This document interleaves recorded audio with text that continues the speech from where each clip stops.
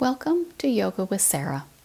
This is my own special blend of Yin Yoga and Bowspring Yoga. I combined the stretchy, slow mindfulness of Yin with the strength-building aspect of Bowspring, creating a class series which balances strong and stretchy. This class was recorded live and has been edited for clarity, privacy, and length. Enjoy! Hey, welcome everybody. Nice to see you. Like I was saying, a firmish folded blanket for sitting and or kneeling.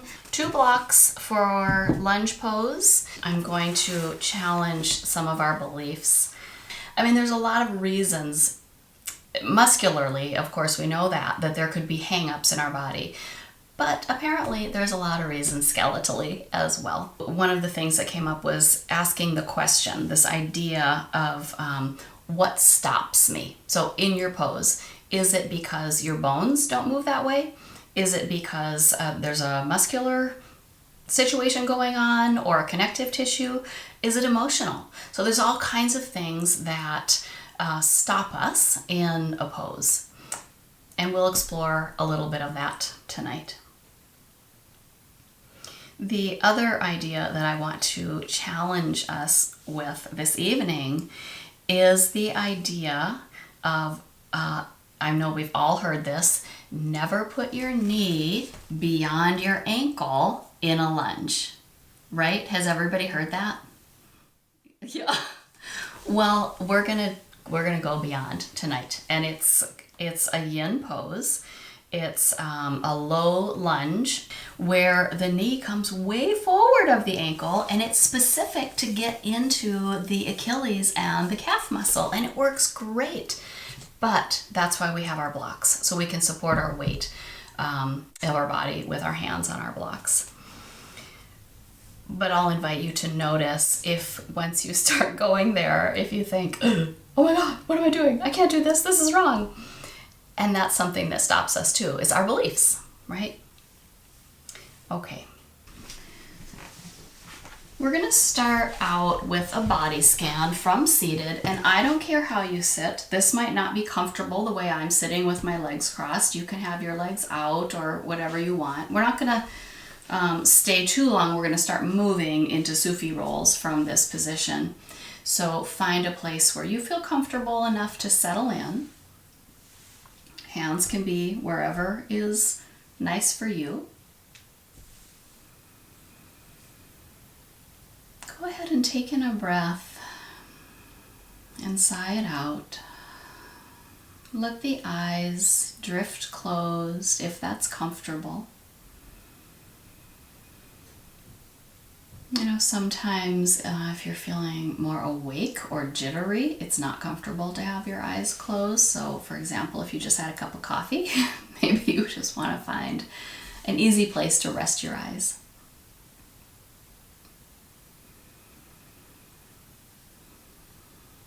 And take a minute to check in with the body. Are there any places that are calling you? I'm noticing my knee is feeling kind of sore. I took a long hike today. There can be other things happening. There might be emotions or to-do lists that are calling you.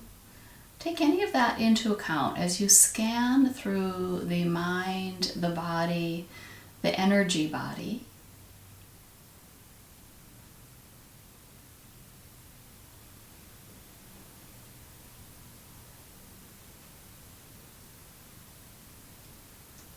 And we take this practice into noticing the breath and remembering that we can always come back to noticing the breath if we have forgotten, or if we get into a place where we feel discomfort. It might be great to come back to the breath. And you can always choose your level of the shape. You don't have to do what I say. I want you to do what is right and true in your body tonight.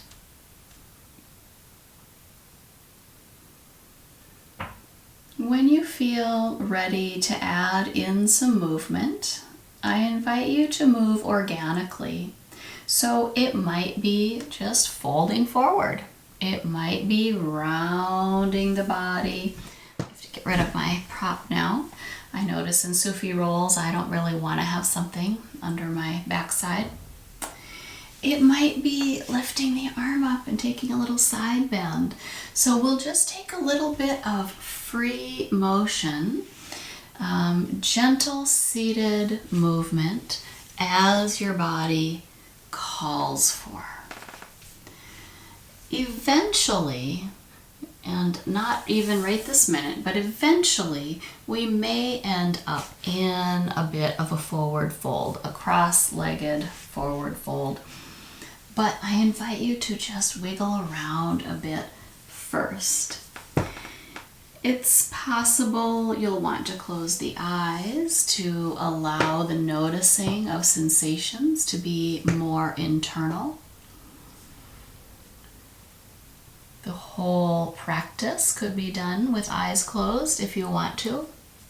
Sometimes when we're doing balancing postures, that's a little bit challenging. We use our eyes to keep our balance.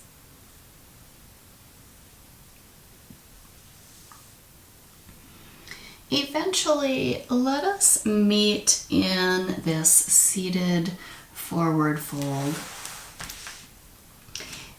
And we're coming in fairly cold, right? We haven't done anything to warm up the hips or the knees. So adding a block under elbows or out front might be a step to have as a first step or a final step. You'll notice, or in my body anyway, I notice that my leg that is crossed in front of the back leg, so the front leg, hip, outer hip, is the place where sensation is happening. And I generally like to increase sensation by folding away from that hip that is having the sensation. So if you think about which foot is in front, it's following the line, those front toes are pointing. You might start to walk the body in that direction. And then we start to get into the principles of yin, which are move really slowly, linger, hold still, and then come out really slowly. So those are the principles of being safe and effective in yin yoga.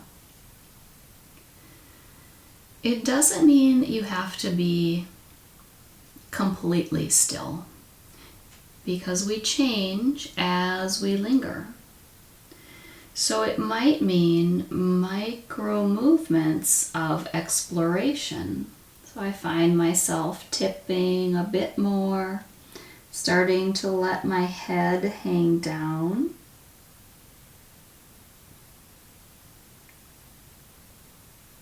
For some folks, it might be that arms walk out along the floor.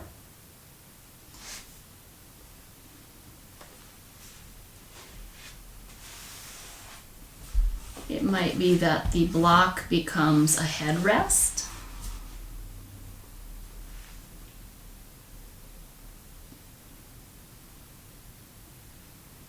And we can imagine that the breath that we breathe into the body can go to these places that are feeling the sensation. So there might be some tightness in that. For me, it's my right hip because it's my right leg in front. And I can imagine breath easing into that space and creating more space.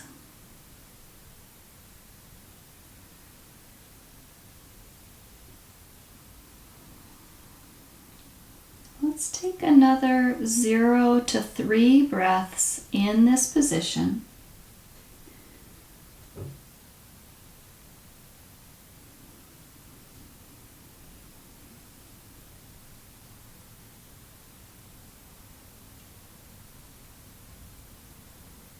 And when you feel complete, moving as slow as possible to ease your way toward upright.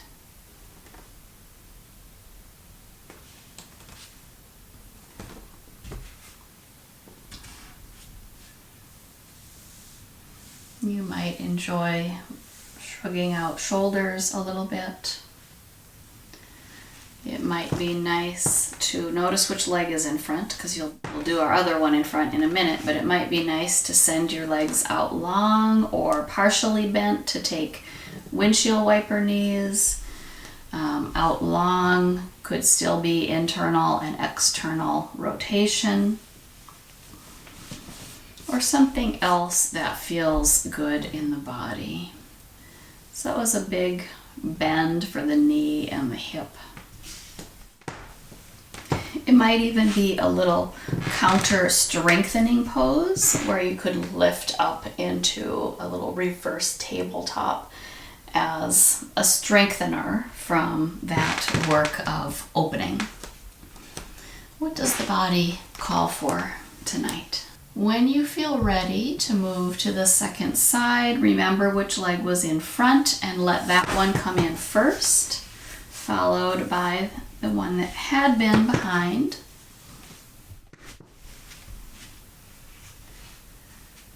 So again, finding your way down. It might be Sufi rolls.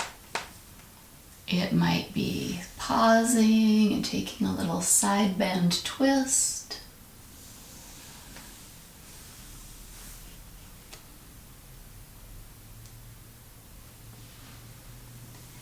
It might be making little bulldog arms to find opening in the fronts of the shoulders. Eventually, though, letting the hands come out in front, having your prop ready if you need it, we start to ease our way down to a folded position. This side could be easier because it already got a little bit of work from the other side, or it could be more difficult because it's the unfavorite side to be in front. This is a great place to linger. Head could be looking down at the arms, or head could be hanging.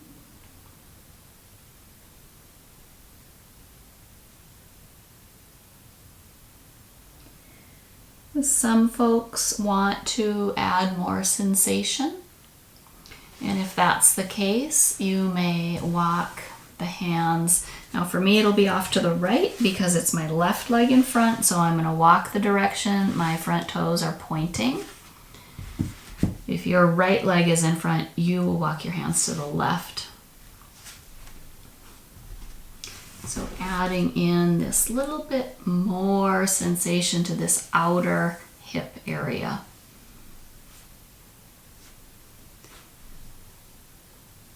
And then just like before, we begin to settle into stillness, but it's stillness that allows micro movement exploration. That could come in the form of breathing into a place that feels stuck, or it could come in the form of tiny little movements of the spine, the pelvis, the neck, the shoulders. So I'm shrugging my left shoulder up toward my ear and noticing how that creates more length now through this whole side body. And I don't necessarily want to stay here because I feel like that is adding some tension also, but it's interesting how it adds extra lengthening too. Eventually, we like to settle toward something a bit more restful, so perhaps the head comes to the block. Some people could put their head on the floor. That would be fine.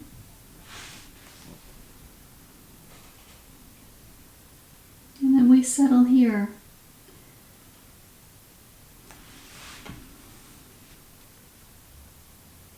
The fascia responds to time and pressure, and so that's what we are giving our bodies.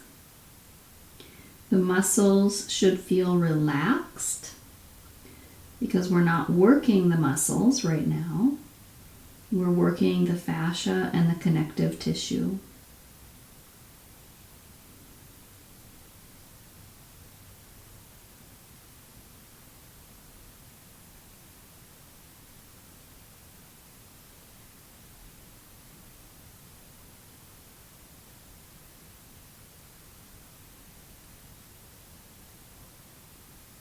Let's take another 0 to 3 breaths on this side, slowing the breath down.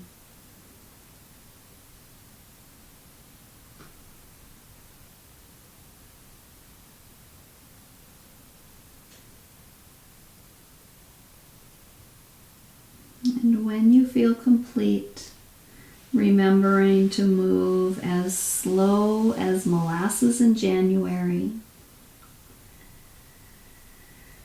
we ease our way out of our shape, back toward neutral.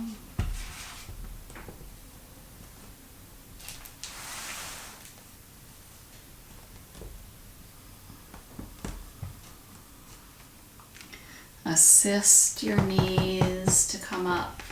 Let the legs come out in some fashion that feels good in your body.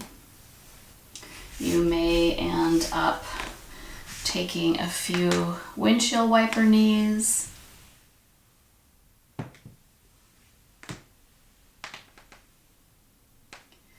But eventually we will meet up with knees bent and a spot where you can land your hands behind you.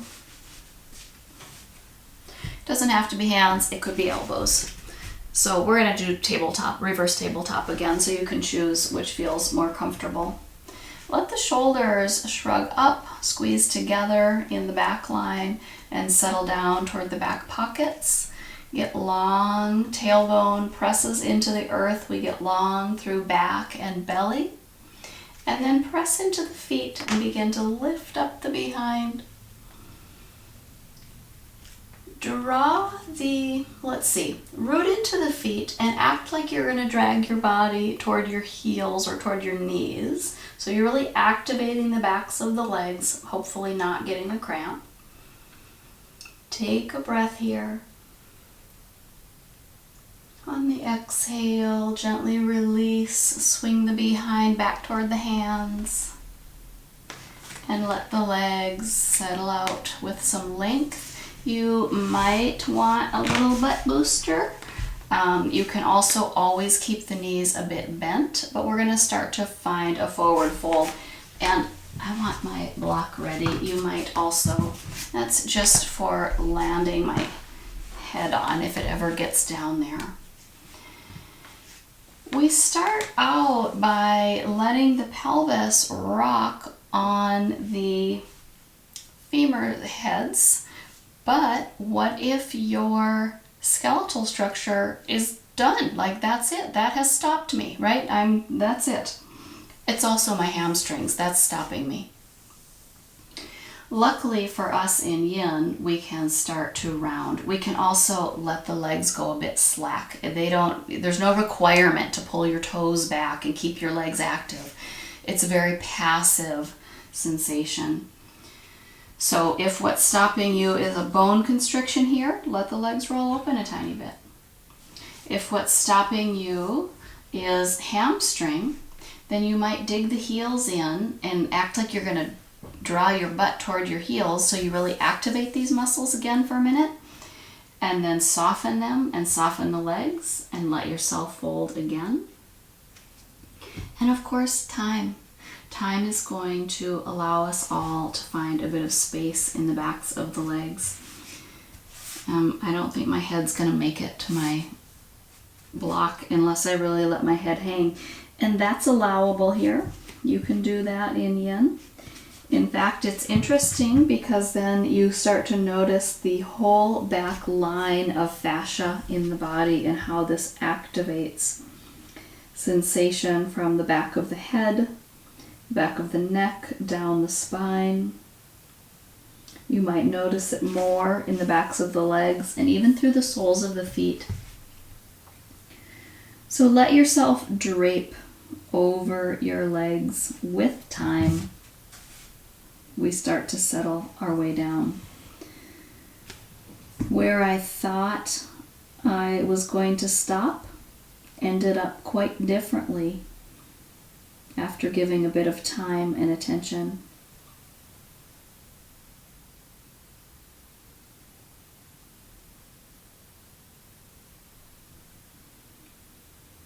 I invite you to notice if anything feels different in the connection of the hip sockets and the pelvis. So the forward fold we just did, we had external rotation on our legs and the knee, and of course the feet were in. And for me, that is so much easier to maneuver through, whereas this is so much more difficult in my body. Notice what you notice in your own body. And let's take another 0 to 5 breaths here. I always say 0 because you can come out whenever you need to.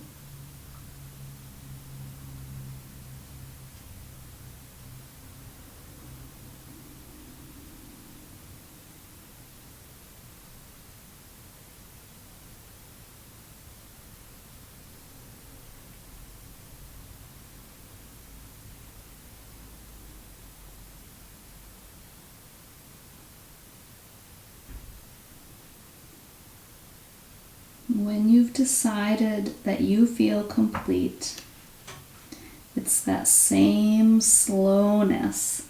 Even let the head hang more. Let the hands walk the body up. And let the head float up last. Taking a counter pose, planting your hands behind you, shrugging the shoulders down the back, looking up. Let the knees bend a little, dig the heels into the mat and act like you're going to draw your body toward your heels. So it's like tabletop without ever lifting up. And release. All right. So we've tried external rotation with our hips, and now we just did straight, no rotation except for relaxation, whichever way the legs went. And now we're going to focus on an internal rotation.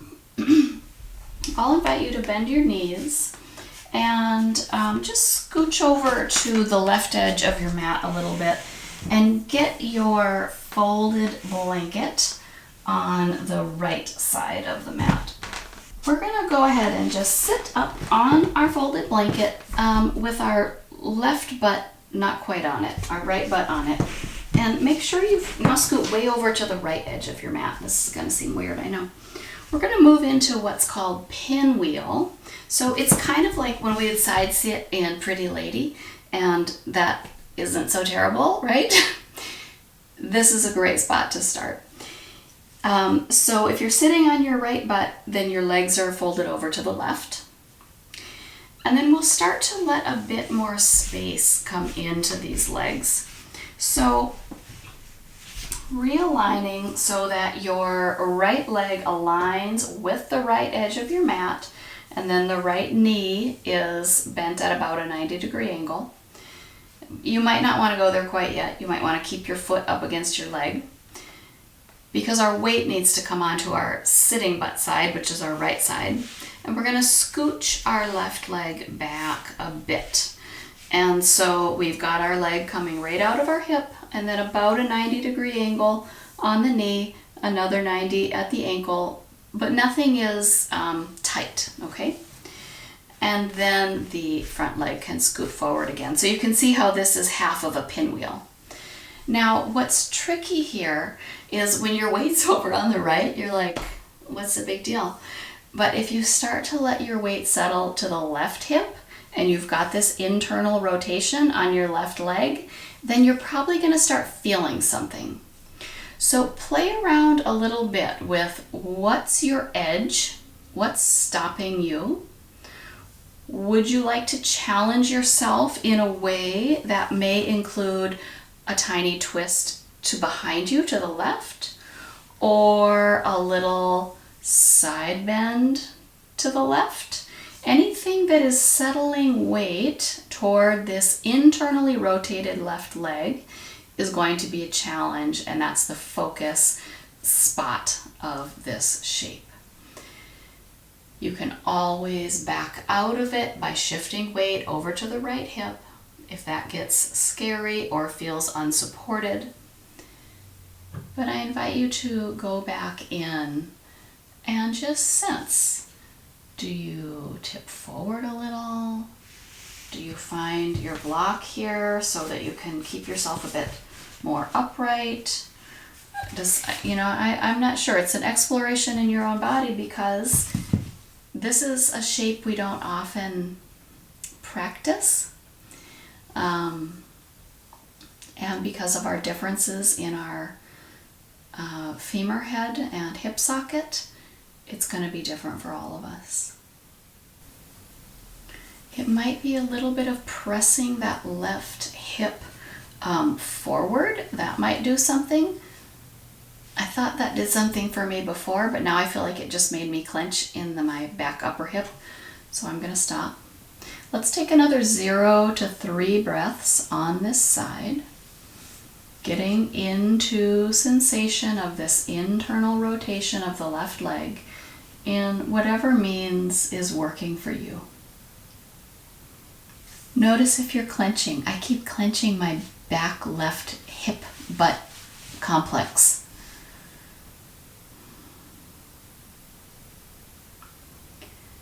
When you feel complete, let your body come back toward shifting the weight to the right hip, and you might just gently drag this left leg forward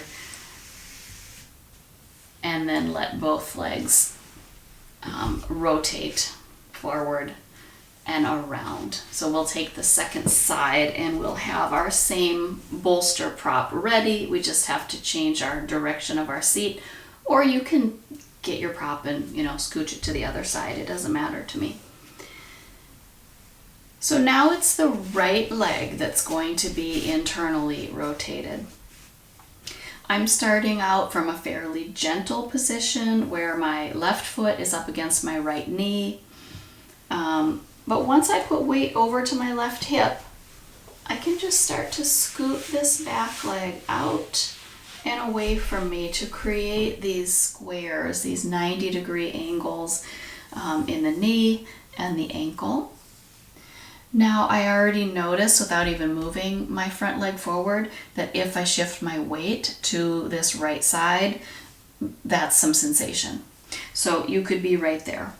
Or you could scoot your front leg so that you are in this pinwheel shape where both legs are basically in square pose, and practice from there. So finding both comfort and challenge, with the focus being sensation in the internal rotation of the right leg.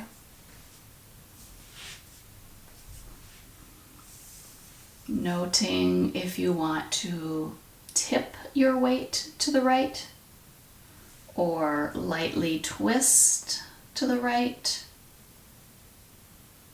Maybe try to roll the hip a little more forward and then tip. So there's lots of subtle movements that we can add or experience sensation in this right hip. Taking the breath all the way down into the right hip.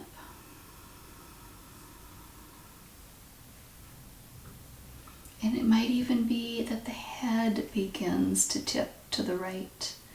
So that's what's so great about experiencing fascia, is that moving the head creates sensation in the hip.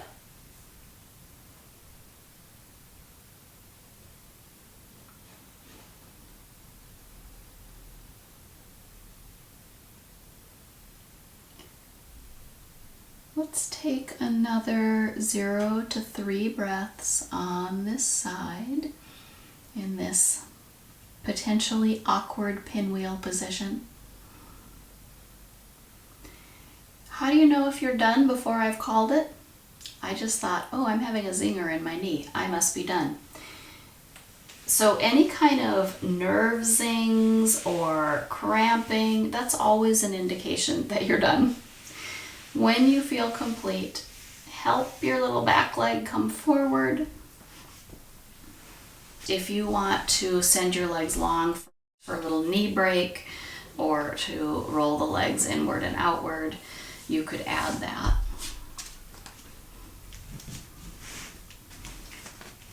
Let's meet up in all fours. You're going to want a little bit of stickiness for your hands and feet eventually. So a traditional movement of cat-cow, let's just go ahead and take that and move into the body, lifting the tail, lifting the head, lengthening the heart forward, and then taking it the other direction, tail tucks. And you can play with pointing and flexing your toes, head hangs down, spine rounds to the sky. Go ahead and take it a few times. You might move with your breath, or you might choose to linger in one end or the other of the shapes, but your choice. As long as you keep breathing, it doesn't matter if you're moving with the breath or not. Consider adding almost like Sufi rolls while you're doing your cat-cow, right? So now I'm in a C curve. Now I'm rounding my spine to the sky for Halloween cat. Now I'm C curve on the second side and all the way back to cow. So that can be kind of a fun way to get into the side bodies and into this upper hip structure. If you are taking those hands and knees barrel rolls, I guess is what we're doing, make sure to take it in the other direction as well. Practice your coordination in both directions.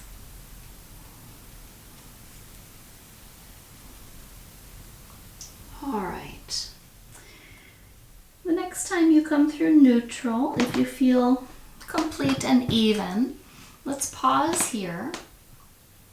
Rooting into the hands and then lifting through the center of the palm. So that's bright hands, fingers are spread. Rooting into the tops of the feet and then drawing the toes forward so the ankles lift off the mat. Go ahead and let the pubic bone and tailbone reach behind you and lightly bend the elbows like you're going to grab the mat with your hands and draw your heart forward. And now breathe into your back ribs to keep yourself from overdoing your low back arch. Good, that's your position. Let's go ahead and try and lift our right leg, keeping our back long, keeping our heart forward, keeping that bicycle pedal shaped foot with our right leg. Lifting up. This is called square pose. Take a breath into the back ribs. And release. So what's different about bowspring is we are co-contracting and co-lengthening at the same time. Rooting into hands, lifting up arches of hands, rooting into feet, drawing the toes forward, lifting up the ankles. Sending the left leg up as if it's gonna pedal a bicycle. Lengthen through the tail and the heart. Breathe into the back ribs. Get long and strong in the belly and the back together. And release. Moving into what's called humble cat. I'm going to have us do our left leg first, mostly because my left side is toward you. Scoot a bit to the right. Step your left leg forward and out to the side, and then rotate it so that your knee can point up at the sky. And it can be out far or closer in, just a spot that feels manageable. Now here's where you have to try and send your tail behind you and up again, and the heart forward and up. And then root into the standing leg tops of foot, so that's for me the right leg, and then draw your toes forward to activate the ankle. Shift your weight back, so a lot of your weight is being held by your right leg, your standing leg, and make a dome with your left hand. So you've just made like a little spider shape with your hand. So the weight is really being held by the right leg. Act like you're going to lift the top of your left foot towards your shin without taking your foot off the ground. And this might be a spot where you can take a breath, hopefully. And if you want to add challenge, you could take your left hand to head rest, push your head to your hand to your head, and then lift open into the left, so taking a little twist. That's a lot of things to think about and a lot of strengthening in that standing leg. Unwind, palm back down, shift until you can walk that left leg around or swoop it around. However you get it back down is fine. And then let's scooch ourselves over to the left edge of the mat. Think about finding that length of back and belly together, of rooting to the toes and drawing the ankles to activation. And then we're going to lift our right leg and bring it forward, out to the side. Point your foot in a direction that makes it comfortable to let the knee point up to the sky. Try to get the tail and the pubic bone to lengthen behind you and up a little. This is tricky. Shift your weight back so that you become lighter on your hands, and you can even dome your right hand. Root into those back toes, the left toes, to activate the ankle on the left side. Looking forward, lifting the heart, lifting the tail. You might take a breath into the back ribs here, or you could add challenge by bringing the right hand to the side and back of the head. Push the head into the hand into the head, and take a little twist to the right. Take a breath and release it. Dropping the hand, shifting your weight until you can gently sweep your right leg behind you. It's a tricky one, right? Like we're barely doing anything and it's hard to move. Moving into crouching cat. This is the bowspring version of down dog. You never unbend your knees. So what we're going to do here is bend our toes, widen our stance a bit, and then begin to lift up, but keep your knees very, very bent. So essentially you're more like just pushing your body back. It's almost like we're in chair pose, but we're on our hands and knees, or on our hands and feet instead of in the air. This is where you do need a bit of stickiness on your mat. Feet can be as wide as the mat, in fact. Back is long, and we're trying to lift our tailbone to the sky, which would be impossible if our legs were straight. And we're lengthening and strengthening the belly at the same time. Now, coming into a few rounds of spring loading this crouching cat, we shift our weight forward, we keep our knees bent, and it's more like a hover, and then we shift our weight back and try to lift our tail again, keeping our knees very bent, and forward, hover, shifting it back to crouching cat. One last time, spring loading, coming forward to hover, and lifting the tail to come back to crouching cat.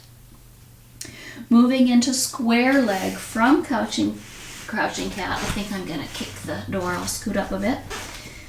Let's just walk our feet a little closer together, but keep our knees deeply bent.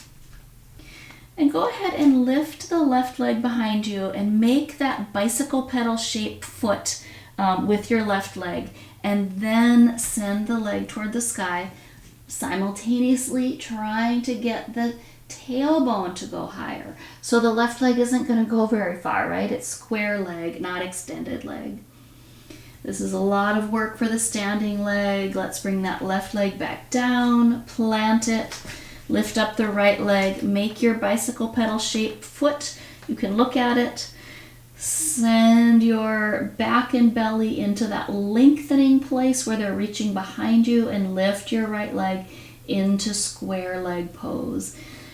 Push your weight back toward your standing leg. You might even scoot your hands back a little bit. This is a lot of work. And gently bring that leg back down. Let's drop to our knees and give ourselves a little break, settling to child's. You could add a bolster, like I'm just adding this right on my sternum. I added a block, not a bolster. You could add a block under your forehead, or you could just lay down on your thighs. We'll take a few breaths here in child's pose before we move on into our lunges. So you might be feeling some heat. You might be noticing that was a lot of work in the body. So bowspring would be considered a very young practice compared to a yin yoga practice. Bowspring, we are rhythmically contracting and releasing the muscles. So that is very much about the muscles and strengthening, as compared to yin, where we are purposely holding still and letting our muscles relax so that our fascia and connective tissue can benefit. So that's kind of the difference between a yin and a yang practice. Let's take another 0 to 5 breaths in child's pose.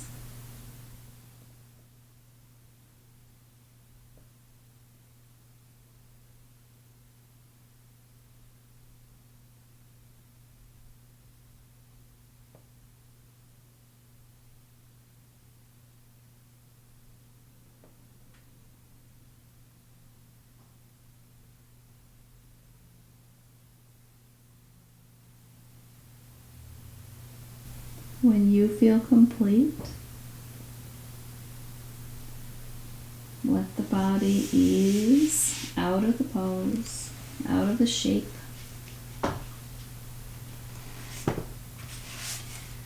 And prepare your blocks at the front of your mat.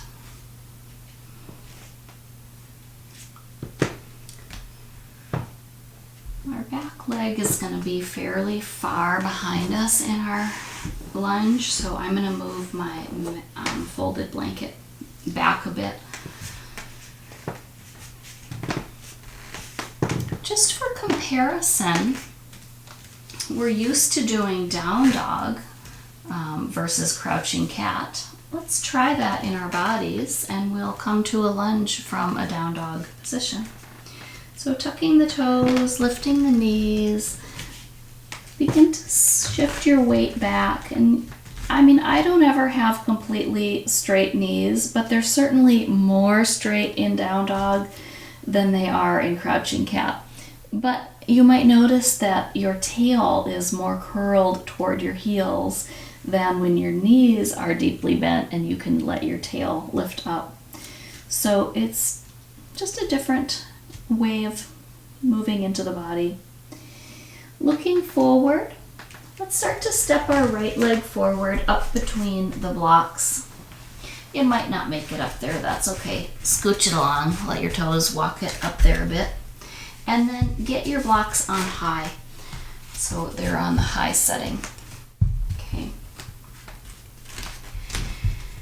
Take a few settles and backups, just ever so gently and slowly, giving yourself time, your body time, to feel at ease with settling into a lunge.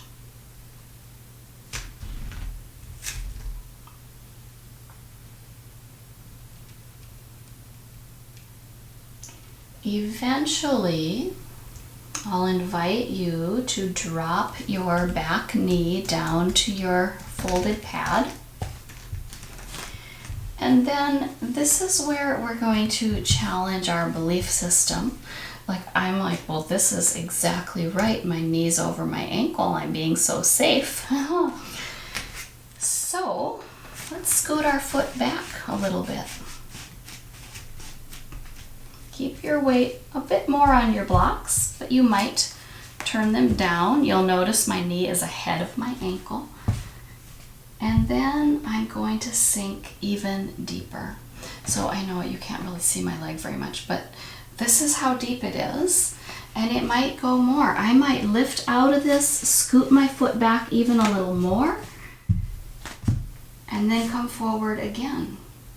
If your back knee is bothering you, you could tuck your toes and lift up and let it kind of try to drag your leg forward a little bit to make your kneecap scooch down, and that could be a little more comfortable. I'm quite far over. It feels kind of knotty, right? But from here then, see what's happening in both the Achilles of the front leg and through the hip flexor and the SI of the back leg. So I'm starting to notice, yep, there's some sensation in the back of the right heel, right? Because we are quite bent there.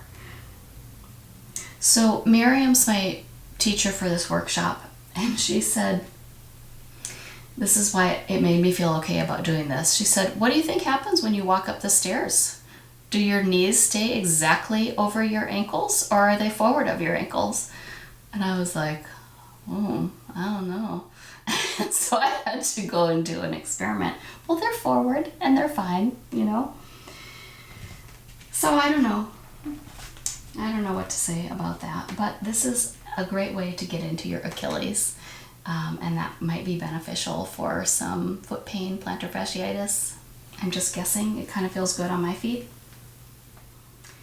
When you feel ready, you need to go slow here. Just gently, gently. You might send your body weight forward a little more and then lift that back hip so that that back knee starts to come underneath the back hip. Roll your blocks over to a high position and tiptoe your front leg forward a little bit more. So we'll get into the hamstring again. And here's where we can play with this a little bit, drawing the toes toward the shin and then laying the foot back down. Experimenting with finding sensation in this front leg. You might roll the foot inward and outward.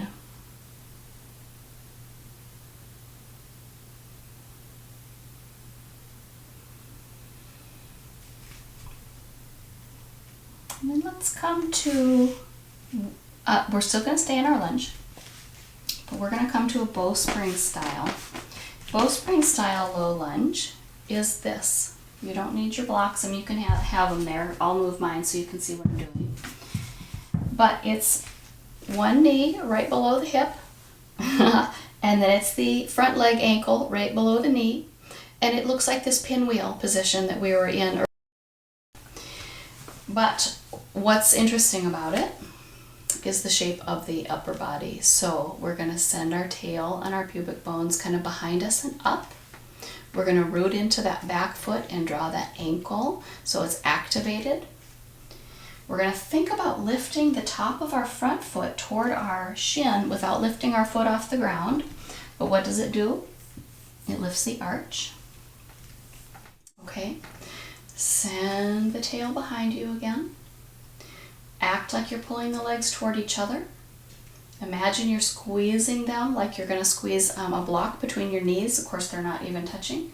So this is very active. Float the arms up in front of you like you're holding onto a butterfly that you don't want to crush. Okay, and rotate the arms a little bit and come wide. So you've got a V angle, but you're looking out over the horizon. Activating the back and the belly, simultaneously lengthening and strengthening. And gently releasing arms. Bringing your hands down. I'm going to bring both of mine to the left and then just sweep my right leg behind me. So, a yin lunge followed by a bowspring lunge. They're very different feeling. Let's have our blocks ready again. up at the front of our mat.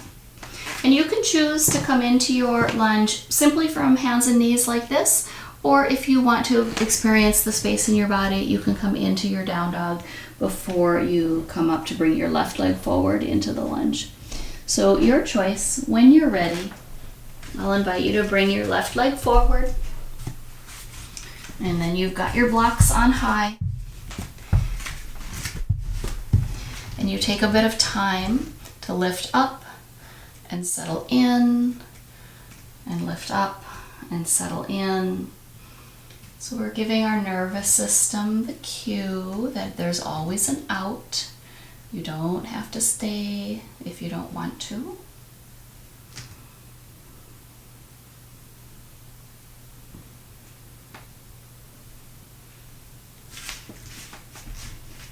And eventually, we'll shorten our stance a little bit.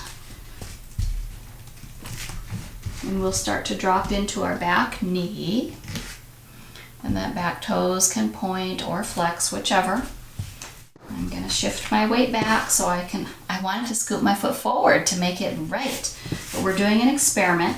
So I'm shortening my stance and now letting my weight shift out beyond my ankle, but I'm keeping weight on my hands and on my blocks. Let yourself experiment here with allowing sensation in this Achilles and lower calf. And of course, there's going to be sensation in the front of the right leg as well.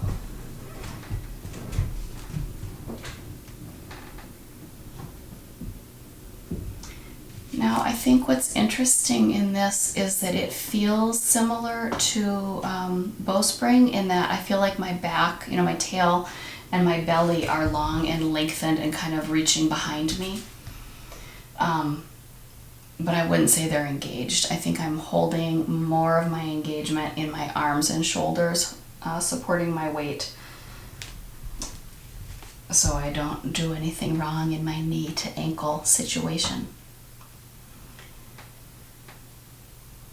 When you feel like, okay, I think I've had enough of this overstepping dragon, then ever so gently and slowly, you start to shift your weight back.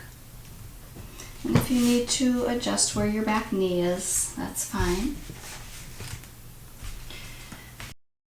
Scooch our foot forward, and we give ourselves a little bit of a tension, again, in the hamstring, the back of the leg. It might be the sole of the foot and the calf as you draw your toes back. It might be the outer ankle if you roll your foot inward.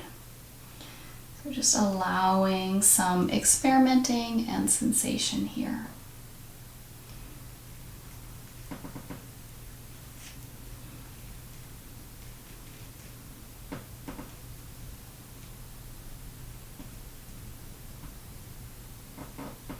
It might even be letting the hips shift, like wagging your tail a little bit. I'm noticing that's kind of doing different, interesting lengthening in different parts of the back of my leg. Okay, starting to set ourselves up for our bowspring lunge. Let's draw this left leg toward us. We're going to set aside our blocks. I mean, you can keep yours if you want to for a little bit of comfort. And then we're in that pinwheel position, right, where we've got the 90 degree on both knees, but we start finding that engagement in the body. So let's root into both of our feet. The front foot, it's the sole of the foot. I'm on high heels here. I gotta lift that off of there. But then it's acting like we're lifting the top of the foot toward the shin while the rest of the foot stays down and the toes stay fairly relaxed. Now the back leg, press into the top of the foot and then draw the toes forward to lift the ankle off of the floor. Now think about sending the pubic bone and the tailbone behind you and up a little bit. And get long through the belly and the heart Breathe into the back ribs. Float your arms up like you're holding these butterflies that you don't want to crush, but you don't want to let them go either. Act like you're squeezing your legs together like you've got a block between your knees. Let your arms come a bit wider. Look up a bit. Take a breath to the back ribs. Activating the whole body in this somewhat tricky balance. And when you feel complete, easing the arms down, bringing the hands to the mat. Let's scoot our leg behind us. And take a minute to move as you need. Does that mean cat-cow? Does it mean resting in child's? Does it mean coming back up to down dog? What is the right thing that would add balance to your body before we start to settle toward the mat?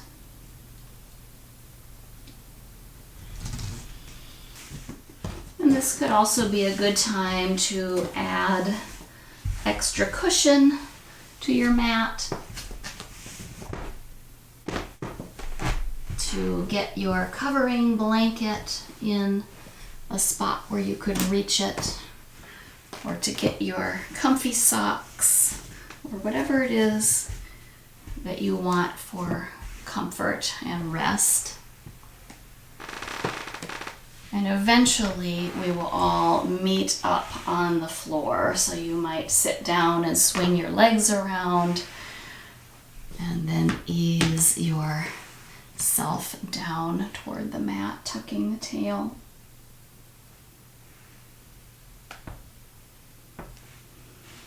Maybe giving yourself a big long stretch once you're down there. Feeling long from fingers to toes, maybe more in the right fingers and toes, and then longer in the left fingers and toes. Perhaps sprawling out in a 5-pointed star or starfish shape.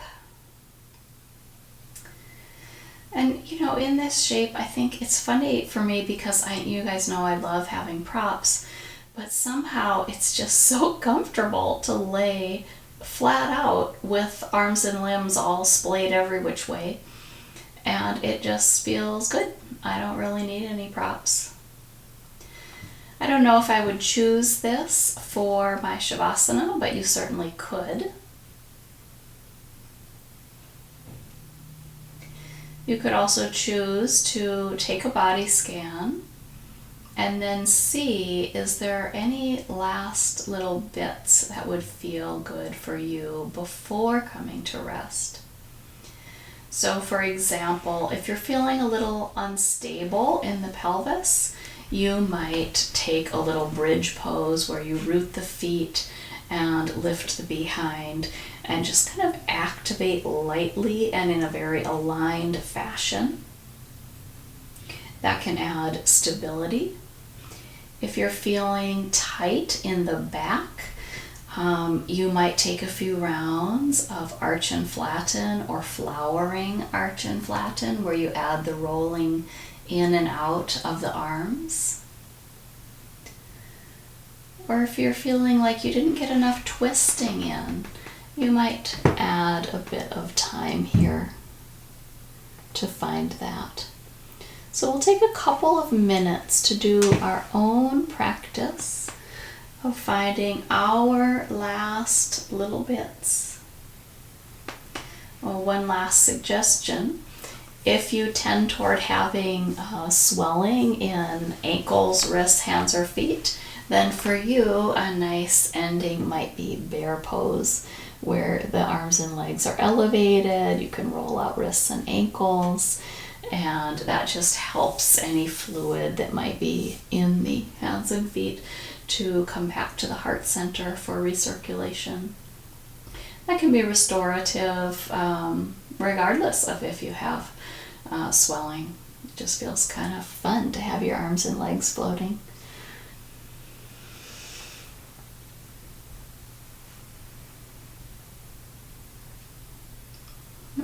do decide that you are ready for your final resting position, you might get out your bolster and have a supported Shavasana pose. You could add your eye cover, right? So you can help block out the senses of sight and hearing by tucking a scarf over your eyes and around your ears. And just like we did in the beginning, check in with your body, your mind, and your energy body by doing a scan, noticing places that feel different than they might have when you started, noticing any changes or similarities.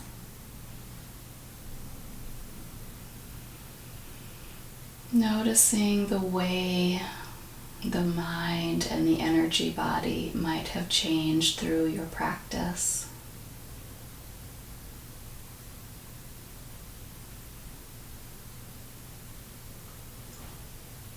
Let the eyes soften.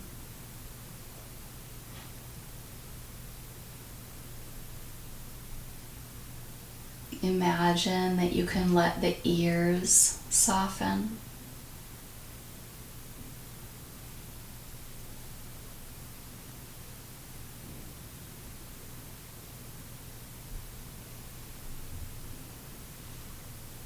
Loosening any tension in the jaw, the tongue, the throat.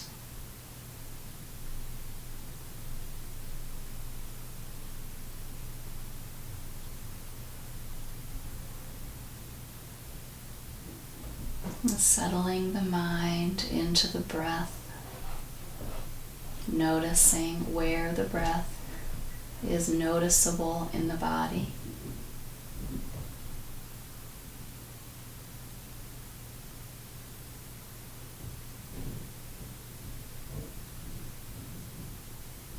And letting all the skin and all the muscles melt to the earth. Let the bones melt to the earth.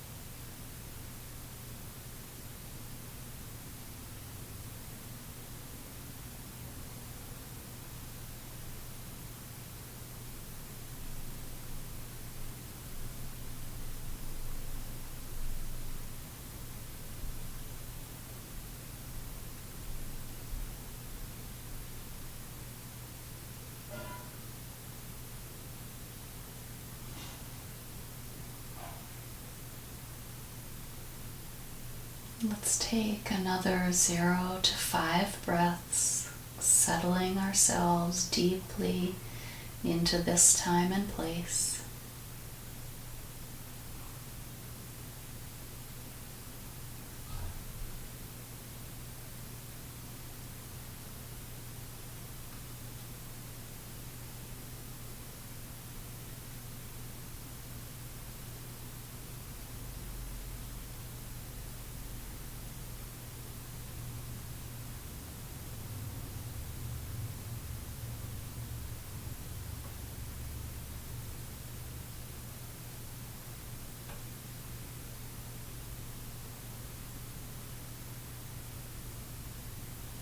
And then making a choice. Do you continue to linger here and just let me end the meeting? Because it's Friday, why not just lay around? Or do you have things you want to do, so your choice is to wake yourself up a bit, take a stretch, and roll your way to seated. So choosing one of those options or something else. If you're choosing to bring yourself to upright, you might roll to a side first and let a little bit of time ease your transition from supine back to seated. When you feel ready, easing your way up. Bringing hands together in a comfortable position, whether it's palm to palm or hands over heart. Thank yourself for giving yourself this time to practice yoga. Thank yourself for this dedication that you have to the health of your mind, body, and spirit. May we all be filled with peace and ease and bring this out with us into the world. Namaste.